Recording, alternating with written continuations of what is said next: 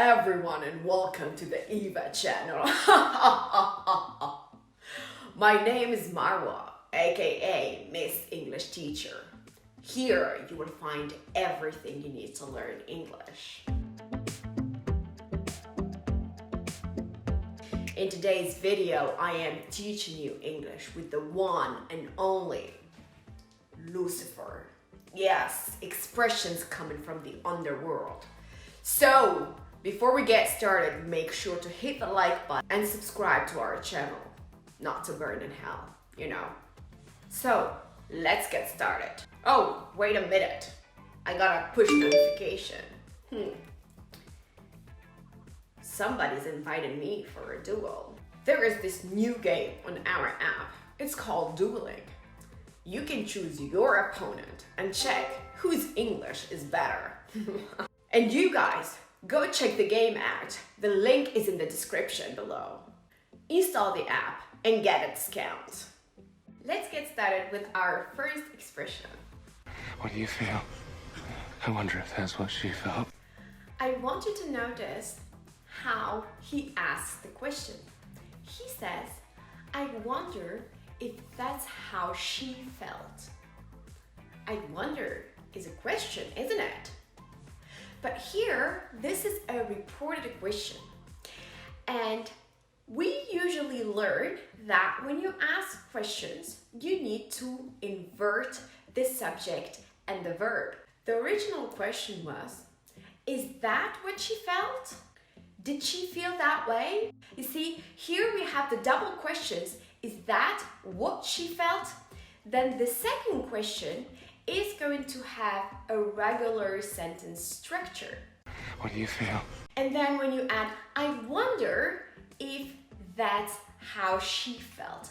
So here, you need to pay attention to the word order. We do not invert it like a regular question. Let's have another example. You asked what I am. The original question here is, what am I? But he says, you asked before, so we're reporting, right? Indirect speech. You asked what I am. And you see, we keep the regular order. And this is honestly a mistake that I hear a lot, especially when people ask polite questions also. They say, could you tell me where is the train station? We say, could you tell me where the train station is? So for indirect questions or polite questions, we need to pay attention to the word order, okay? By the way, if you're enjoying this video so far, make sure to send it to a friend and challenge them in the dueling game. You know, let's see. Next, let's watch this. Jesus, not quite. So, he says, Jesus, not quite. Let me break this down to you. Well, usually when people are scared, they would say, Jesus, you scared me. Jesus. But here, he's actually answering the question literally, because remember, he's Lucifer, he's an enemy of Jesus. So he's like, Jesus, yeah, not quiet. But what does quiet mean? Let's say I ask you, do you like Lucifer? I like it a lot. I like it very much. And some people might say, yeah, I kind of like it, not so much. And others would say, yeah, I quite like it. So it's not a lot, but it's not kind of. So let's say 80% strong. Yeah, so we have kind of like it, quite like it, and like it a lot. Or we can also say extremely like it. Also, there is one more point that I would like you to pay attention to.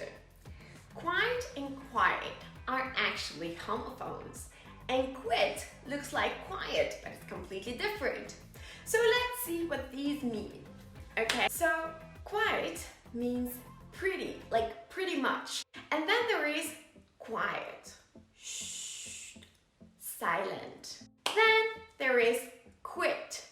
So quit means if you don't like your job and then you make it on Instagram and then you say to your boss, bye-bye. I quit. I quit. Next, he says to her, You're tempted to keep that, aren't you? what is this, aren't you? This is what we call in English a tag question.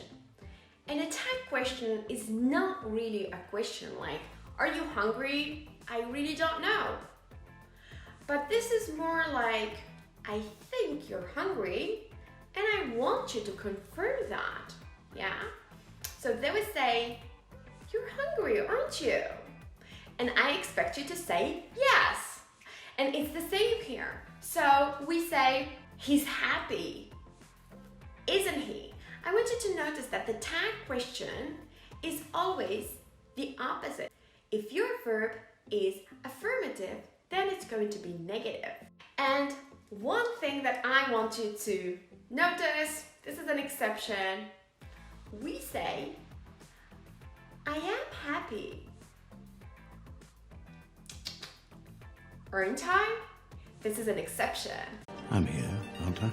Let's watch the last scene of this video. I will never, ever sleep with you. Okay, so I think you really need to learn this because some people don't understand that no is actually a full sentence. So you need to say to them, never, ever. Okay, so you have no, and then stronger is never ever will I do that. Okay, that's never ever gonna happen. Never ever. Never, ever, ever. Or even stronger, she says to him, when hell freezes over. It means no, no! Because hell is very hot and it's impossible for hell to freeze. And another way of saying no is over my dead body. It means this thing is not going to happen. Over my dead body.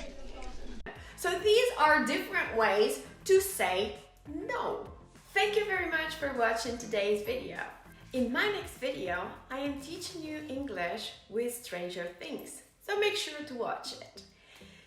Stay tuned and see you soon. Bye!